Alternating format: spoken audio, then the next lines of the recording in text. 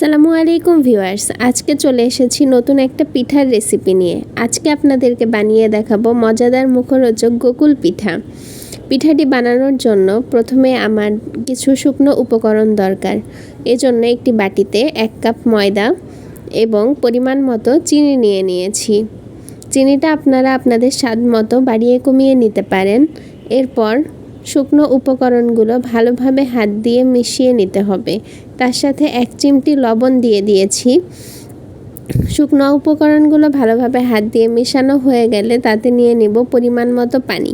পরিমাণ মতো পানি দিয়ে একটা পাতলাও না ভারীও না একটা ব্যাটার বানিয়ে নিতে হবে। ব্যাটারটির কনসিস্টেন্সি হবে ঠিক আমার ভিডিওতে দেখানোর মতো। আপনারা দেখে নিশ্চয়ই বুঝতেই পারছেন ব্যাটারের ঘনত্বটা কেমন হবে। এবার ব্যাটারটিকে আমি রেস্টে রেখে দিব কিছুক্ষণের জন্য। ততক্ষণে আমি নিয়ে নিব 1 কাপ নারিকেল এবং 1 কাপ চিনি। নারিকেলটি প্রথমে চুলায় প্যানে বসিয়ে দিয়েছি এবং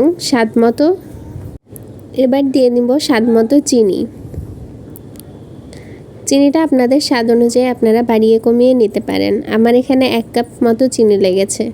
তারপর তেজপাতা এবং গরম মশলা দিয়ে নিব এবং 1 চিমটি লবণ।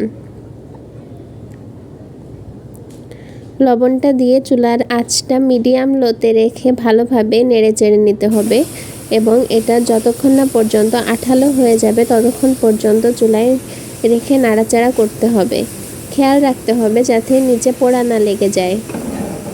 তারপর চুলার নারিকেলটি নামিয়ে আমি বসিয়ে দিব 2 লিটার দুধ। এখানে আমি 2 লিটার দুধ জাল করে 1 লিটারে পরিণত করে নিয়েছি।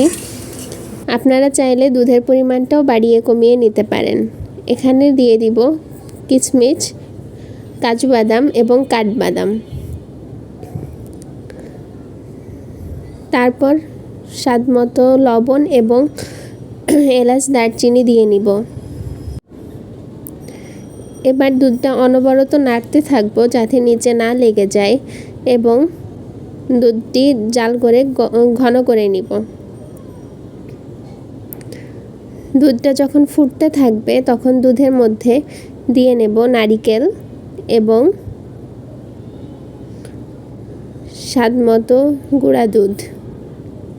এখানে আমার নারিকেল লেগেছে 2 টেবিল চামচ এবং গুঁড়া দুধ লেগেছে 4 টেবিল চামচ।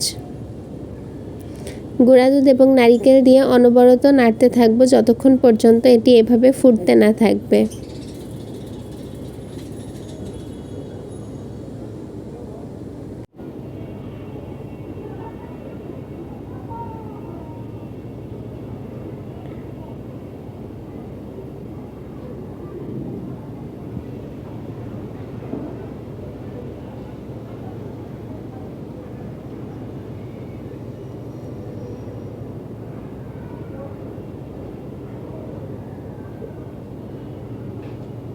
এবার নেড়ে চেড়ে নিতে হবে অনবরত যাতে নিচে লেগে না যায়।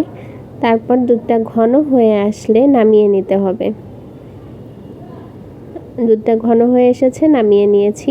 তার সাথে সাইডে রেখে দেওয়া নারিকেলটা ঠান্ডা হয়ে এসেছে এতক্ষণে। ঠান্ডা হওয়া নারিকেলটা নিয়ে আমরা গোল গোল শেপ করে নিচ্ছি। আপনারা আপনাদের পছন্দ মতো শেপ করে নিতে পারেন। এখানে আমরা চ্যাপ্টা চ্যাপ্টা শেপের করে নিয়েছি।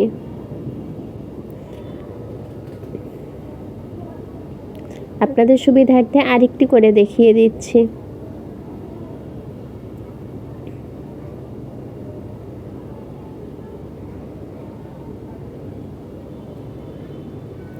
আমার সবগুলো নারিকেল চ্যাপ্টা করে শেপ করে নেওয়া হয়ে গিয়েছে। এরপর একটি প্যানে কিছুটা পরিমাণ তেল দিয়ে নিব। এখানে আমি এমন পরিমাণে তেল নিয়েছি যাতে ডুবো তেলে ভাজা যায়। এবার তেলটা হালকা গরম হয়ে আসলে তাতে হালকা একটু লবণ দিয়ে নিব যাতে নিচে লেগে না যায়। এরকম রান্নার ছোটোখাটো টিপস পেতে আমার চ্যানেলটিকে ফলো করে রাখবেন।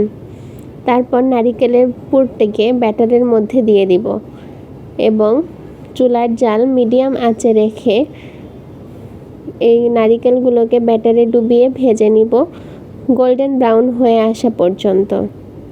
একে একে আমি নারিকেলগুলো ব্যাটারে ডুবিয়ে দিয়ে দিচ্ছি।